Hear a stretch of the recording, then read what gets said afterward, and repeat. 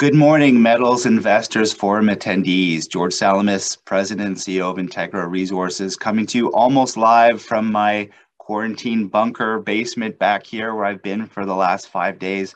I'm very sorry I couldn't be with you today to present to you live. I'm almost live and I really look forward to seeing a lot of you. Gwen, thanks for inviting us to attend this show.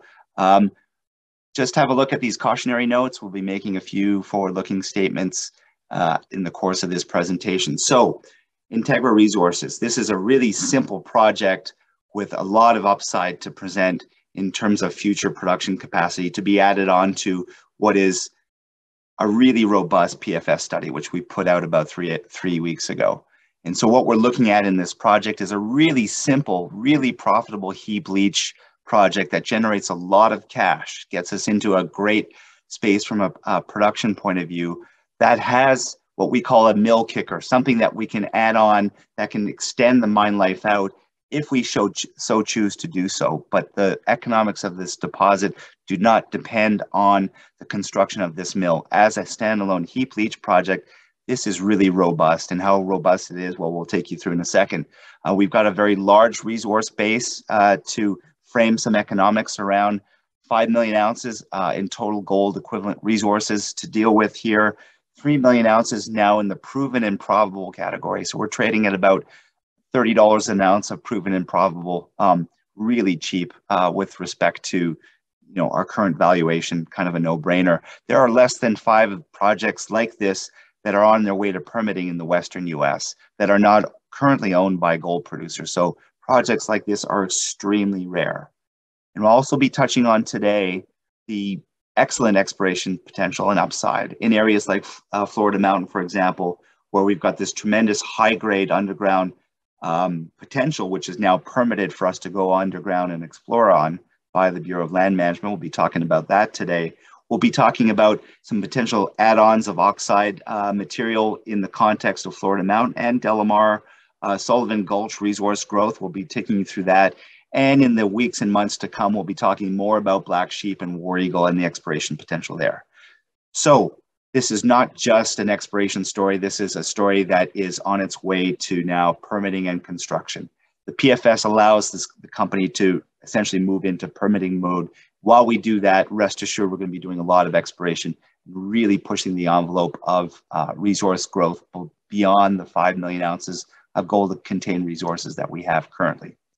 Stepping back just to take a look at the headline numbers from the PFS, if you're looking at heap leaching and milling using a base case assumption of $1,700 gold and $2,150 silver, we're talking about an after-tax NPV5 of $412 million, after-tax IRR of 27%. For those who dare to think about what this project looks like on a combined basis when you're talking about spot gold and silver, well, there you have it. After-tax NPV5 of about $676 million, after-tax IRR of 39%. So obviously scales really well to gold and silver price appreciation. We believe that this is a project that can be brought online for not a lot of upfront capital. $283 million is the number, which includes 20% of overrun contingencies on the capital items. All-in sustaining costs for the combined project, $955 per ounce. As I mentioned earlier, 3 million ounces of gold equivalent in the proven and probable reserve category. We can now call this stuff gold and silver ore for the first time in 4 years. Average annual production, which this combined scenario looks at, is 163,000 ounces a year of gold equivalent over an 8-year period, with a total mine life of about 16 years. Now, to take a step back, just to dive in at looking at the heap leach project on its own, because really, I think that's the core argument or value case for this project. The heap leach is the primary driver of economics of this project. The heap leach alone has a 7-year mine life at 35,000 tons per day. It's got a really low all-in sustaining cost of $813 an ounce on a co-product basis. It produces nearly 1 million ounces alone, just the heap leach. And the initial capex for the heap leach is $273 million, which again includes 20% contingencies. So we have at our disposal 2 projects here, the heap leach and the mill project. The mill project can be built at our election or maybe it's pushed down the road or never built at all. This project stands on its own very firmly as a very strong heap leach project that has all-in sustaining costs in the lowest quartile, which will not cost a lot of money to build. Now, zooming in on the project itself, the two areas of focus, which we can now call reserves, the 3 million ounces of proven and probable reserve. The red material that you see here, both at Delamar and Florida, is the material that's really destined for the heap leach, which is really the main economic driver of this project with these low all-in sustaining costs. And the blue material that you see here is the longevity of the project as of today. It's what drives the project to a 16-year-long mine life, so really robust on that basis. But really today we're focusing on high-grade in addition to the bulk tonnage, low-grade heap leachable resources and the expansion from that.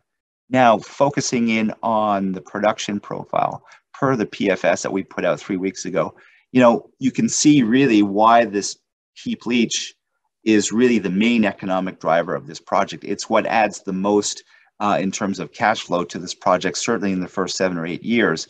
You can see the teal green color here is the contribution of production from the heap leach versus the yellow, which is the mill.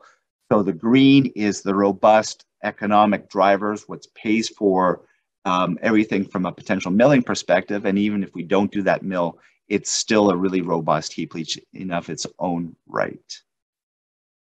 Now, zooming in on what the heap leach looks like, well, here it is at Jacobs Gulch, 7-year life of mine, 35,000 tons per day, really low all-in sustaining cost for this project.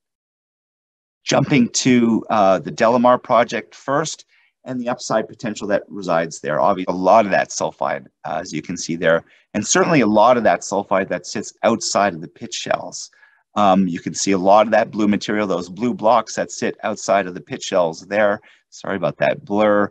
But that's sulfide gold and silver that did not make it into the PFS because it wasn't economic to recover. One of the things that we're looking at the moment are recovery enhancements of the sulfide. So a couple of pretty interesting things on that note from a recovery perspective. Silver recovers very well in the context of what I've just shown you. Gold recoveries are low from this sulfide. However, we've been looking at and have been experimenting with this process called Albion, which is a Glencore process. And we've been getting recoveries up above 80% for some of this blue sulfide material that you can see here. So imagine sulfide recoveries of gold only going from the high 30s to maybe the low to mid 80s based on the test work that we've seen so far. That's potentially feasible. So think about adding to future studies all of this sulfide material that you see there potentially becomes economic, and that's 1 million plus ounces. There's a lot more of that material to come from in exploration upside for us to show you all this year. Jumping now to Florida Mountain, another area of great potential high grade, just to kind of take a step back from that exploration potential. Again, this red material here that you see at Florida Mountain is the heap leachable oxide and transitional material, recovers extremely well. And the blue material underneath there is the sulfide, which processes in the mill. That recovers really well as well, upwards of 80% gold and silver recoveries in general from this sulfide ore body as well. But now focusing in on the high grade. So for those of you who have been following us over the last couple of years, we've been talking about this high grade potential at Florida Mountain. Really, you can look at a testament to this high grade that dates back to the 1800s. Tons of evidence of high grade mining underground, which I'll show you in a second. But in of our own right, we've fleshed out a fair bit of this high grade alone, which none of which has been included into any economic study. We now have 110 drill hits that are over 4 grams per ton gold equivalent and over a width of 1.5 meters or greater, in some cases much greater than that, certainly in grade and thickness. So what's that all about? And that's what we're wondering today. What would it look like if we were to first bring this high grade material into the context of a study? And then second, what would it look like when it's added to these really robust production profiles, which we quoted in the PFS? Obviously, lots of work to do there, but think about what 200,000 to 300,000 ounces of additional high grade from underground could potentially do to the economics of this project. It does some spectacular things. I'll just show you where some of that high grade resides. Here's the PFS pit shell that we used for the PFS at Florida Mountain. And here's just a subset of 3 of 110 high-grade intercepts, largely which reside outside of the pit shell, outside of any known resource, not included in any study, grams per ton silver. So, you know, there's lots of that material which has not been included in any form of study, which could, subject to further studies, potentially add a lot of ounces to future production. So more on that in the months to come.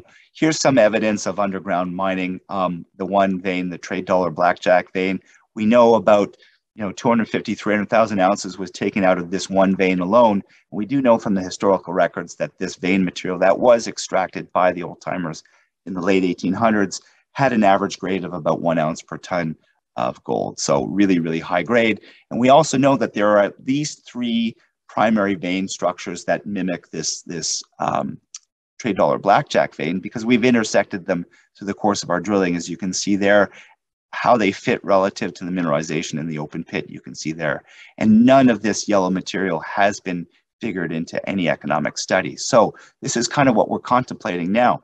What would it look like if we went underground and we started to explore and actually drill off some of these veins from underground, defining these zones, bringing them into a resource estimate, and drilling and bringing these into a future study.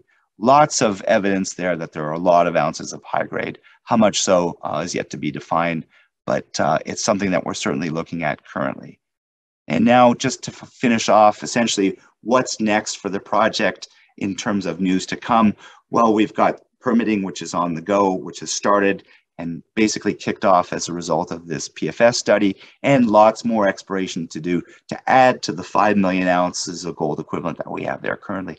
We think 6, 7, 8 million ounces is certainly within reach based on the forecast that we see, the drilling that we have in front of us. Lots more material to add to future studies. Stay tuned for more drill results in the next weeks and months to come. Thanks, and I look forward to seeing you all in person.